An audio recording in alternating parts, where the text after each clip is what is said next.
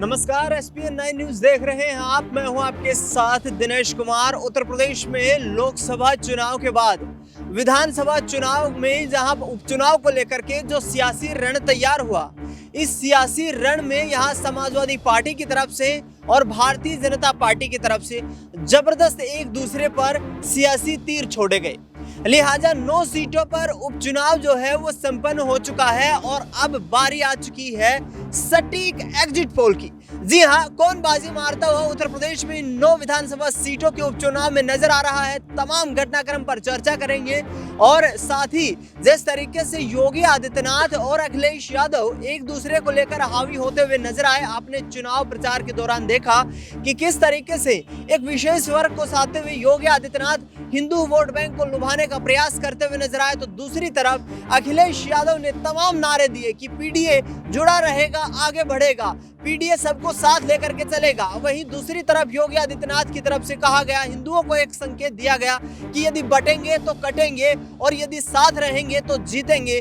यानी कि दोनों पार्टियों की तरफ से अपने अपने वोट बैंक को साधने का प्रयास पुरजोर तरीके से किया गया। और ऐसे में अब जो मतदाता हैं उन्होंने यहाँ तमाम प्रत्याशियों का भविष्य मतपेटियों में बंद कर दिया है। और ऐसे में सटीक एग्जिट पोल के माध्यम से हम आप तक पहुंचाएंगे वो अंदर की जानकारी, जिसमें किस पार्टी का भाग्य उदय होता हुआ उत्तर प्रदेश के उपचुनाव में नजर आ रहा है। इस पूरे घटनाक्रम पर चर्चा के लिए मेरे साथ मेरी सहयोगी नाजमीन मौजूद है। नाजमीन, स्वागत है। किस तरीके से देखते हैं इस पूरे घटनाक्रम को? यहाँ पर चुनाव प्रचार में जिस तरीके की कार्यशैली रही, नेताओं की जो जुबानी जंग देखने को मिली, और उसके बाद अब मतदाताओं ने नाजमीन किस तरीके का रुख अख्तियार किया, क्योंकि आप भी ग्राउंड पर मौजूद रही, तमाम टीमें मौजूद रही, और क्या परिस्थिति नजर आती है उत्तर प्रदेश में? देखिए, उत्तर प्रदेश के लोकसभा चुनाव पर हम अगर नज़र डालें जो बीत चुका है, जिसमें एक बड़ा मुकाबला होता हुआ दिखाई दिया था। लोकसभा चुनाव में बीजेपी को ये यकीन था कि उत्तर प्रदेश में अधिकतम सीटें वो जीत पाएंगे। उनका दावा था कि 2019 में जो सीटें 60+ से ज़्यादा गई थी, इस बार भी कहीं ना कहीं बीजेपी उत्तर प्रदेश में उससे ज़्यादा सीटों को जीतती हुई नजर आएगी। लेकिन ऐसा नहीं होता है। आप देखिए, भारतीय जनता पार्टी का मुकाबला अन्य पार्टियों के साथ भी होता है। कई जातीय समीकरण को अगर हम साधने की कोशिश करें तो यहाँ पर हर वर्ग आपको नजर आएगा। राजपूत आपको यहाँ पर मिलेंगे, ब्राह्मण, दलित, आदिवासी, हर वो वर्ग मिलेगा जिसको लेकर बीजेपी कहीं ना कहीं मुद्दा बनाने की कोशिश कर रही थी। खासकर हिंदू वोट बैंक को साधने के लिए जो राम मंदिर का उदाहरण दिया गया था, जिस तरीके से यहाँ पर इस मुद्दे को बनाया गया कि इसके आधार पर बीजेपी चुनाव जीत जाएगी। लेकिन क्या देखने को मिलता है कि बीजेपी उसी फैजाबाद में कहीं ना कहीं हार का सामना करती हुई नजर आती है। बिल्कुल, राम मंदिर बड़ा मुद्दा बनता हुआ नजर आया था। लेकिन यही कारण बना कि भारतीय जनता पार्टी ने खुद ये स्वीकारा कि लोकसभा चुनाव में हम अति आत्मविश्वास में थे। हमें ये भरोसा था कि यही मुद्दे हमें जिता पाएंगे। लेकिन यही मुद्दे बीजेपी को हराते हुए दिखाई दिए। आज ये हकीकत है कि समाजवादी पार्टी जो लोकसभा चुनाव में अधिकतम सीटों को जीतने के बाद, लगभग 37 सीटों को जीतने के बाद, ये दावा करती हुई नजर आ रही है कि उपचुनावों में भी जो 9 विधानसभा सीटें हैं, अब देखिए पहले से 9 विधानसभा सीटों का अगर हम जिक्र करें तो 5 सीटें तो समाजवादी पार्टी की जिताऊ सीटें हैं और 3 सीटें भारतीय जनता पार्टी की जिताऊ सीटें हैं। एक सीटें अगर हम लगाएं तो जयंत चौधरी और संजय निषाद की पार्टी से आती हैं। लेकिन बीजेपी ने अपने ही सहयोगी दलों के साथ किस तरीके से खिलवाड़ किया है कि उनकी मांगे थी कि बीजेपी उन्हें उनकी विधानसभा सीट भी दे, साथ ही साथ एक और सीट भी दे। लेकिन बीजेपी ने एक और सीट देने की बजाय वो सीट भी उनसे छीन ली। संजय निषाद नाराज नजर आते हैं, योगी आदित्यनाथ के फैसलों के खिलाफ नजर आते हैं। जयंत चौधरी की बात करें तो वो योगी आदित्यनाथ के उस बयान से किनारा कर जाते हैं जो हाल ही में तमाम राज्यों में चर्चाओं का विषय बन चुका है, बटोगे तो कटोगे। ये बयान भारी पड़ता है सीएम योगी आदित्यनाथ पर। जयंत चौधरी पल्ला झाड़ते हैं और जयंत चौधरी के साथ भी देखिए किस तरीके का यहाँ पर खिलवाड़ किया गया है कि बीजेपी ने जयंत चौधरी को सीट तो दी, लेकिन बीजेपी के चेहरे को ही आगे कर दिया। और बीजेपी के चेहरे को आगे करते हुए मिथिलेश पाल यहाँ से चुनाव लड़ रही है मीरापुर विधानसभा सीट से, लेकिन वो आरएलडी के सिंबल से चुनाव लड़ती हुई नजर आएंगे। तो ये तो तस्वीर है कि बीजेपी लोकसभा चुनाव से लेकर अब तक कहीं ना कहीं अपनी ही पार्टी और अपने ही सहयोगी दलों के बीच में फंस चुकी है। और यही उपचुनाव है कि जो अब ये दर्शा रहे हैं, जो एग्जिट पोल निकल कर सामने आ रहे हैं, जो ये दावा कर रहे हैं कि जो लोकसभा चुनाव में हुआ था, ये उपचुनाव में भी वही दोहराती हुई समाजवादी पार्टी नजर आ सकती है। समाजवादी पार्टी जीत की कगार पर आगे दिखाई दे रही है और समाजवादी पार्टी ने ये दावा कर दिया है कि तमाम विधानसभा सीटें हैं, इन पर उनका दबदबा है और उनके आधार पर ही वो चुनाव जीत सकते हैं। और यादव वोट बैंक की बात करें, हम आदिवासी दलित वोट बैंक की बात करें, जितने भी पिछड़े वर्ग के वोट बैंक की बात करें, वो भी पीडीए के तहत सपा के साथ जुड़ा हुआ है। और सपा इसी विश्वास के साथ उपचुनाव में एक बार फिर से तैयार हो चुकी है कि यहाँ भी जीत है और आने वाले 2027 के विधानसभा चुनाव में भी जीत है। बिल्कुल, समाजवादी पार्टी में काफी उत्साह देखने को मिला, क्योंकि प्रमुख रूप से देखा जाए तो अखिलेश यादव, डिंपल यादव और शिवपाल यादव संपूर्ण उत्तर प्रदेश में समाजवादी पार्टी के जो प्रत्याशी थे उनका यहाँ पर चुनाव प्रचार करते हुए नजर आए। और इसके साथ साथ विभिन्न स्थानीय मुद्दे, चाहे बेरोजगारी का मुद्दा हो, चाहे उत्तर प्रदेश में किसानों का मुद्दा हो, चाहे महिला सुरक्षा का मुद्दा हो, कानून व्यवस्था को लेकर तमाम मुद्दों पर एनकाउंटर की जो पॉलिसी और बुलडोजर की जो नीति योगी आदित्यनाथ की चल रही है, उस पर भी विशेष तौर पर निशाना साधते हुए नजर आए। अब बारी आ चुकी है सिलसिलेवार तरीके से तमाम सीटों पर चर्चा कर लेने की, जहां पर समाजवादी पार्टी और भारतीय जनता पार्टी के बीच, ये यूं कहें कि एनडीए और इंडिया के बीच साफ सीधी टक्कर देखने को मिल रही थी। शुरुआत करूंगा मैं सबसे हॉट सीट नाजमीन करहल की। करहल से बीजेपी ने अनुजय यादव को चुनावी मैदान में उतारा, मुलायम सिंह यादव के दामाद अखिलेश यादव के जीजा। और इसके साथ साथ समाजवादी पार्टी की तरफ से पूर्व सांसद तेज प्रताप यादव को चुनावी मैदान में उतारा गया। किसका मजबूत दावा नजर आता है करहल में, जहां से इससे पहले अखिलेश यादव विधायक होते थे? देखिए, समाजवादी पार्टी का गढ़ करहल विधानसभा सीट कही जाती है, क्योंकि लगातार समाजवादी पार्टी यहां से जीत निर्धारित करती हुई नजर आई है। खुद 2022 में समाजवादी पार्टी के तहत अखिलेश यादव चुनावी मैदान में उतरे थे और जीत का परचम लहराते हुए दिखाई दिए थे। इसके बाद ये था कि समाजवादी पार्टी को परिवार का ही कोई चेहरा चुनावी मैदान में उतारना पड़ेगा, तभी जीत हासिल हो सकती है। इसके अलावा भारतीय जनता पार्टी लगातार इस सीट पर हार का सामना कर रही थी। भारतीय जनता पार्टी लगातार कहती थी कि हम परिवारवाद के खिलाफ है। बीजेपी कभी भी परिवारवाद को सहारा नहीं देती है, चाहे बीजेपी में कितने दिग्गज चेहरे ऐसे हों जिन्होंने अपने सुपुत्रों को आगे पहुंचाया हो, लेकिन बीजेपी के जरिए रिश्तेदारवाद तो जरूर देखा गया।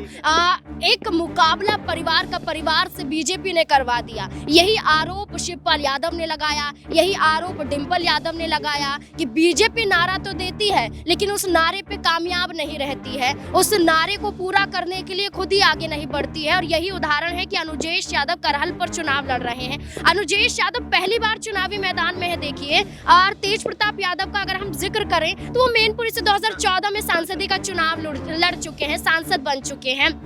वो लोकसभा सीट जिसके अंतर्गत ही करहल विधानसभा सीट आती है। और यादव वोट बैंक के आधार पर अगर हम बात करें तो 1.25 लाख के करीब यादव वोट बैंक नजर आता है। फिर आपको शाक्य वोट बैंक नजर आएगा, ब्राह्मण वोट बैंक है, राजपूत वोट बैंक है। अधिकतम संख्या में देखा जाए तो शाक्य और यादव वोट बैंक देखा जाता है। तो आप ये देखिए कि एक यादव चेहरे को उतारा है। तेज प्रताप यादव यहाँ से पहले भी चुनावी मैदान में उतर चुके हैं सांसदी के रूप में मैनपुरी में, तो उनका वर्चस्व ज्यादा देखने को मिल रहा है। और पूरा यादव परिवार देखा जाए तो उन्हें चुनाव जिताने के लिए घर घर जा रहा है, आशीर्वाद पा रहा है। यही आरोप अनुजेश यादव लगाते हैं कि हमने सपा को झुकने के लिए मजबूर कर दिया। जीत का दावा किसका? देखिए, जीत का दावा अगर हम बात करें तो अनुजेश यादव पहली बार चुनावी मैदान में है। तेज प्रताप यादव ने लोकसभा का चुनाव लड़ ही लिया है और अनुजेश यादव इतनी मजबूती के साथ करहल पर प्रचार प्रसार करते हुए नजर नहीं आए हैं। यहाँ तक कि दबाव डालने के बाद तो उनकी पत्नी संध्या यादव सामने आती है। तो अब यहाँ पर तेज प्रताप यादव यानी कि समाजवादी पार्टी का दबदबा एक बार फिर से करहल विधानसभा सीट पर देखने को मिल रहा है। करहल पर समाजवादी पार्टी मजबूत दिखाई दे रही है। कुंदरकी का रुख करेंगे, जहां से रामवीर सिंह ठाकुर पर बीजेपी ने चुनावी दाव लगाया है।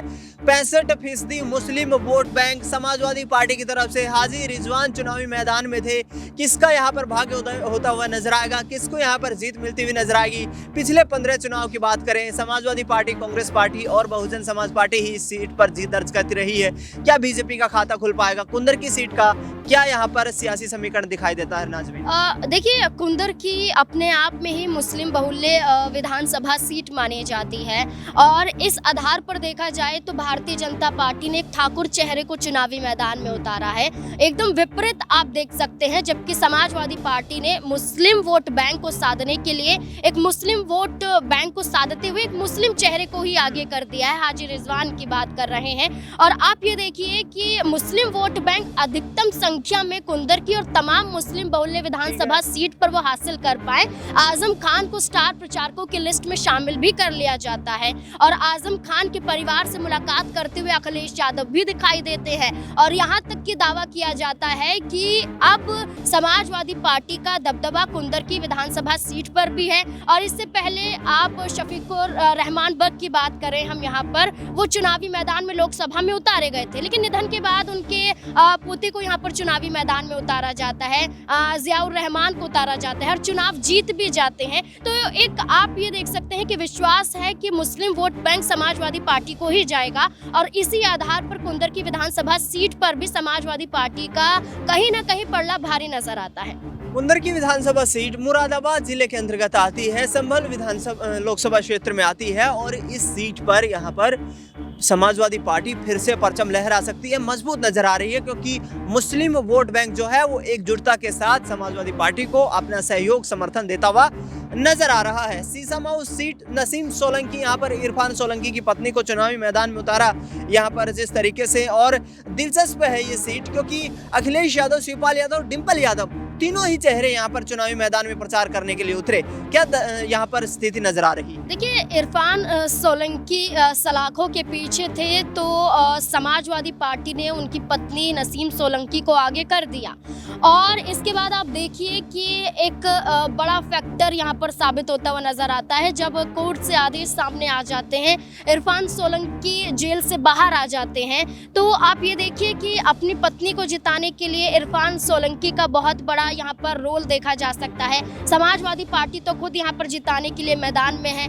भारतीय जनता पार्टी के तहत देखा जाए तो अभी तक मजबूत स्थिति यहाँ पर देखने को मिल नहीं रही है। आप 9 विधानसभा सीटों पर जिक्र करते हुए नजर आएंगे। फूलपुर विधानसभा सीट का भी आप जिक्र कर लीजिए, मीरापुर विधानसभा सीट का भी आप जिक्र कर लीजिए। तमाम ये ऐसी विधानसभा सीटें हैं जहाँ पर भारतीय जनता पार्टी का जो पड़ला है वो भारी नहीं बल्कि कमजोर दिखाई दे रहा है और इसी आधार पर बिल्कुल सीसामऊ में भी यही बात की जा रही है कि भारतीय जनता पार्टी हो सकता है कि इस बार भी पिछड़ती हुई नजर आए। देखिए, जहां तक मुझे लगता है कि कटहरी विधानसभा सीट या मझवा विधानसभा सीट भारतीय जनता पार्टी यहां पर जीत का परचम लहरा सकती है।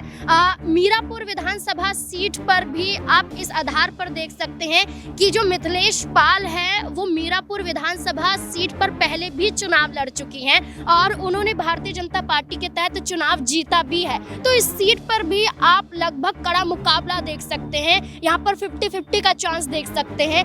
इस आधार पर समाजवादी पार्टी को लेकर अगर हम चलें तो अधिकतम सीटें वो इस उपचुनाव में जीतती हुई दिखाई दे सकती है। अब पश्चिमी उत्तर प्रदेश में खैर विधानसभा सीट की बात करते हैं, जहां से भारतीय जनता पार्टी ने सुरेंद्र दिलेर पर यहाँ पर चुनावी मैदान में दांव ठोका है। तो चारू केन समाजवादी पार्टी के प्रत्याशी हैं और निश्चित तौर पर यहाँ पर अखिलेश यादव की कोशिशें हैं कि पश्चिमी उत्तर प्रदेश, जो कि यहाँ पर जयंत चौधरी का गढ़ माना जाता है, जयंत चौधरी एनडीए को समर्थन करते हुए नजर आ रहे हैं, इस गढ़ को तोड़ करके, इस किले को ध्वस्त करके समाजवादी पार्टी का परचम लहराया जाए। क्या परिस्थिति नजर आती है नाजमीन यहाँ खैर विधानसभा सीट पर? खैर विधानसभा सीट को लेकर अगर हम जिक्र करें और जिस तरीके से आपने मीरापुर विधानसभा सीट का भी जिक्र किया और जो पश्चिमी यूपी का जिक्र आप करते हुए नज़र आ रहे हैं कि जिस तरीके से जयंत चौधरी अपने वोट बैंक को साधने के लिए समाजवादी पार्टी को छोड़कर लोकसभा चुनाव के दौरान भारतीय जनता पार्टी का हिस्सा बनते हैं, उस दौरान आप ये देखिए कि जयंत चौधरी एक बड़ा चेहरा बीजेपी के लिए बने।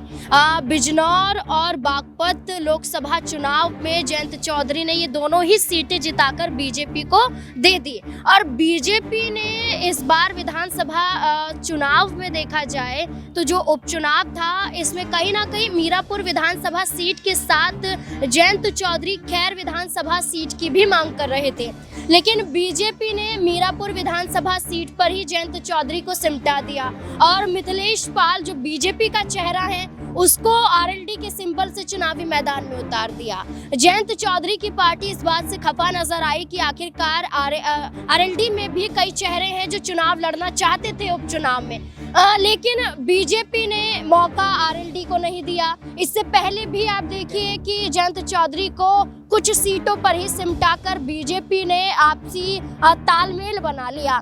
ये हमेशा से कहा जाता है कि बीजेपी इन कामों में माहिर नजर आती है कि अगर पार्टी में कोई फूट पड़ती है या कोई नाराजगी देखी जाती है, उसे कैसे संभाल लिया जाए, उसे कैसे सार्वजनिक मंच पर जाने से रोक लिया जाए। और यही है कि बटोगे कटोगे नारा सामने आता है। केशव प्रसाद मौर्य हो, वो इस बयान से अलग नजर आते हो, चाहे यहाँ पर संजय निषाद आरोप लगाते हो सीएम योगी आदित्यनाथ पर, वहीं अगर अनुप्रिया पटेल का जिक्र हम करें तो आरक्षण के मुद्दे पर अपनी ही सरकार को घेरती हुई दिखाई देती हैं। जयंत चौधरी जब नेम प्लेट का मामला सामने आया था, जब अपनी ही सरकार को ललकारते हुए नजर आए थे, तो ये चेहरे हैं कि बीजेपी के खिलाफ तो हैं, लेकिन बीजेपी से अलग हटते हुए नजर नहीं आए हैं। और यही समीकरण अब खैर विधानसभा सीट पर भी देखने को मिल रहा है कि बीजेपी का परचम खैर विधानसभा सीट पर लहरा सकता है।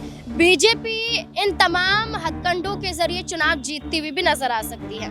खैर विधानसभा सीट पर बीजेपी चुनाव जीत सकती है, ये नाजमीन का दावा है, लेकिन ग्राउंड की परिस्थितियां कुछ और बयान करती है, क्योंकि समाजवादी पार्टी की तरफ से जोर शोर से जनप्रचार किया गया और इस सीट को जीतने का तमाम प्रयास करती हुई दिखाई भी देती हुई नजर आई। आगे बढ़ते हैं, यहाँ पर चर्चा कर लेते हैं फूलपुर विधानसभा सीट की, जो कि दीपक पटेल बीजेपी की तरफ से चुनाव लड़ रहे हैं। मुस्तफा सिद्दीकी समाजवादी पार्टी के कैंडिडेट हैं। समाजवादी पार्टी का एक बार फिर से यहाँ पर दाव कि मुस्लिम वोट बैंक एक तरफा यहाँ पर समाजवादी पार्टी को समर्थन करे, दूसरी तरफ देखा जाए तो यहाँ पर एससी वोट बैंक और ओबीसी वोट बैंक को पीडीए की रणनीति के तहत यहाँ अपने कब्जे में कर लिया जाए। किस तरीके से देखती हैं फूलपुर का सियासी गणित? छोटी प्रतिक्रिया। देखिए, फूलपुर विधानसभा सीट वो सीट है जहां पर कांग्रेस पार्टी और समाजवादी पार्टी के बीच में एक नोकझोंक देखने को मिली थी। ये वो सीट है जहां पर कांग्रेस पार्टी ने दावा किया था कि फूलपुर विधानसभा सीट कांग्रेस पार्टी को दे दीजिए, लेकिन समाजवादी पार्टी फूलपुर विधानसभा सीट देना नहीं चाहती थी। अब देखिए कि ये भी कहा गया था कि हम इस समीकरण पर चलेंगे कि कांग्रेस पार्टी का प्रत्याशी तो उतरेगा, लेकिन समाजवादी पार्टी के सिंबल पर उतरेगा। लेकिन फूलपुर विधानसभा सीट पर कांग्रेस पार्टी को जो उम्मीद थी वो समाजवादी पार्टी ने तोड़ी तो सही, लेकिन पीडीए के तहत जिस वोट बैंक को साधने के लिए समाजवादी पार्टी आगे नजर आया, वही कामयाबी अगर हम देखें तो कहीं ना कहीं समाजवादी पार्टी को मिल तो नहीं रही है, लेकिन जनता के वोटों के आधार पर कुछ भी हो सकता है, बदलाव भी हो सकता है। और यही बदलाव हम उपचुनाव के परिणाम में देखते हुए जरूर नजर आएंगे, क्योंकि अभी तो जो एग्जिट पोल निकलकर सामने आ रहे हैं, इसमें समाजवादी पार्टी कहीं ना कहीं उपचुनाव में भारतीय जनता पार्टी से आगे दिखाई दे रही है, लेकिन परिणाम पर आधारित होगा कि इस बार बाजी कौन मारता हुआ नजर आएगा। छोटी प्रतिक्रिया लूंगा। मीरापुर विधानसभा सीट पर आरएलडी के निशान पर बीजेपी का प्रत्याशी चुनावी मैदान में, और सुंबुल राणा को यहां से समाजवादी पार्टी ने चुनावी मैदान में उतारा है। विधानसभा का चुनाव पहले जीत चुके हैं। यहाँ जयंत चौधरी का गढ़ मीरापुर विधानसभा सीट, आरएलडी का यहाँ पर निशान और बीजेपी का प्रत्याशी, किसकी बाजी यहाँ पर पार लगती हुई दिखाई देती है? देखिए, आरएलडी के जो पूर्व विधायक थे चंदन चौहान, यहाँ से विधानसभा का चुनाव उन्होंने 2022 में जीता था। चंदन चौहान की बात करें तो फिर वो लोकसभा का चुनाव लड़ते हैं, सांसदी का चुनाव लड़कर जीत जाते हैं। उम्मीद थी कि आरएलडी का चेहरा ही यहाँ पर विधायक था, तो आरएलडी की पार्टी से ही यहाँ पर कोई प्रत्याशी उतरना चाहिए। लेकिन जैसे भी मैं बार बार जिक्र करती हुई पहले भी नजर आई हूँ कि मिथिलेश पाल बीजेपी का चेहरा है, एक महिला चेहरा है, और इस सीट पर पहले भी वो चुनाव जीत चुकी हैं। तब मीरापुर विधानसभा सीट नहीं हुआ करती थी, लेकिन अब मीरापुर विधानसभा सीट के आधार पर बीजेपी ये चाहती है कि आरएलडी के सिंबल पर उतारा जाए, ताकि ताकि यहाँ पर वोट बैंक हासिल किया जा सके। और आप ये देखिए कि अब यही दावा किया जा रहा है कि बीजेपी कहीं ना कहीं मीरापुर विधानसभा सीट पर जीत हासिल भी कर सकती है जयंत चौधरी के वोटरों के समर्थन के दौरान। और कहीं ना कहीं जयंत चौधरी का प्रभाव भी पड़ेगा, चंदन चौहान पूर्व विधायक, उनका प्रभाव भी पड़ेगा क्योंकि वो भी प्रचार प्रसार में आगे नजर आए हैं, उन्हें भी स्टार प्रचारकों की लिस्ट में शामिल किया गया है। तो एक बड़ा चेहरा पूर्व विधायक और आरएलडी पार्टी यहाँ पर मजबूत स्थिति में नजर आती है। इसलिए बिल्कुल आरएलडी यहाँ पर मजबूत दिखाई दे रही है। मझवा सीट की बात करें तो सुष्मिता मौर्य यहाँ से भारतीय जनता पार्टी की तरफ से, ज्योति बिंद यहाँ पर समाजवादी पार्टी की तरफ से, दोनों महिलाएं यहाँ पर चुनाव लड़ती हुई एक दूसरे के सामने नजर आ रही है। दोनों का दावा ये है कि हम जीत दर्ज कर रहे हैं, लेकिन ये सीट अभी फंसी हुई नजर आ रही है। बीजेपी का दावा यहाँ पर मजबूत दिखाई देता है। आगे बढ़ते हैं, गाजियाबाद सीट पश्चिमी उत्तर प्रदेश की दिल्ली से सटा हुआ इलाका, और यहाँ संजीव शर्मा को भारतीय जनता पार्टी ने चुनावी मैदान में उतारा, तो दूसरी तरफ राज जाटव को चुनावी मैदान में समाजवादी पार्टी या इंडिया अलायंस की तरफ से उतारा गया। यहाँ जाटव वोट बैंक को साधने के लिए अखिलेश यादव के द्वारा जो प्रयोग किया गया, क्या कामयाब हो सकता है एक जनरल कैंडिडेट के सामने? नाजमिन क्या समझती है? गाजियाबाद विधानसभा सीट का जिक्र किया जा रहा है। देखिए, एक एक विधानसभा सीट पर हम लगातार चर्चा करते हुए नजर आ रहे हैं। करहल विधानसभा सीट के बारे में चर्चा की, मीरापुर हो, खैर हो, यहाँ पर आप मझवा विधानसभा सीट, सीसामऊ, तमाम विधानसभा सीटों पर अगर हम देखें तो समाजवादी पार्टी और भारतीय जनता पार्टी के बीच में मुकाबला है। देखिए, अन्य पार्टियां भी यहाँ भी चुनावी मैदान में देखी जा रही हैं। चंद्रशेखर आजाद भी पहली बार उपचुनाव में उतर रहे हैं, उनकी पार्टी से भी यहाँ पर प्रत्याशियों को उतारा गया है। इसके अलावा आप देखिए, बसपा भी पहली बार उपचुनाव में उतरती हुई नजर आ रही है। कम से कम यहाँ पर आप देख सकते हैं कि 4 पार्टियों के बीच में मुकाबला है, लेकिन जो चुनौतियां हैं वो भारतीय जनता पार्टी और समाजवादी पार्टी के बीच में देखने को मिल रही है। समाजवादी पार्टी के तहत अखिलेश यादव के पोस्टर भी वायरल होते हैं, जिस पोस्टर में ये लिखा जाता है कि 27 का सत्ताधीश होंगे अखिलेश यादव, एक बार भारतीय जनता पार्टी पर भारी पड़ेंगे। लेकिन कुछ विधानसभा सीटें इसमें ऐसी मानी जा रही है जहां भारतीय जनता पार्टी मजबूत स्थिति में है, और इन्हीं विधानसभा सीटों में से देखा जाए तो गाजियाबाद विधानसभा सीट भी माना जा रहा है। समाजवादी पार्टी के लिए अगर हम देखें तो कई विधानसभा सीटों पर बेशक उनके पहले विधायक के रूप में कई चेहरे यहाँ पर नजर आए हों, लेकिन इस बार बदलाव की स्थिति देखने को मिली, और यही बदलाव भारतीय जनता पार्टी को कहीं ना कहीं कुछ सीटों को जिताने के लिए कामयाब भी साबित होता हुआ नजर आ सकता है। बिल्कुल, यहाँ पर बीजेपी का परचम गाजियाबाद में लहरा सकता है, क्योंकि इससे पहले लोकसभा के चुनाव में भी इस सीट पर भारतीय जनता पार्टी ने जीत दर्ज कर ली थी। उस दौरान कांग्रेस पार्टी के साथ बीजेपी का यहाँ पर सीधा मुकाबला था। कटेहरी सीट की बात करें, धर्मराज निषाद, शोभावती वर्मा, दोनों के बीच कड़ी टक्कर, लेकिन कटेहरी विधानसभा सीट पर भी धर्मराज निषाद यहाँ पर चुनावी मैदान में आगे चलते हुए नजर आ रहे हैं। एग्जिट पोल के नतीजे हैं, हम बार बार ये जो है आप तक जानकारी पहुंचा रहे हैं कि एग्जिट पोल के नतीजे एग्जैक्ट पोल नहीं होते हैं, बदलाव हो सकता है,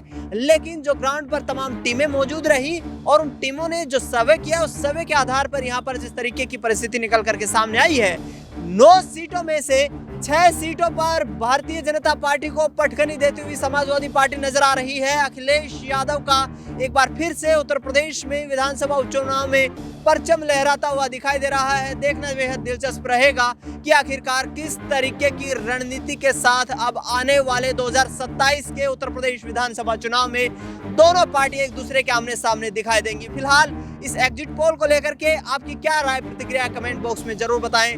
देश दुनिया की तमाम बड़ी खबरों के लिए आप देखते रहिए SPN 9 न्यूज।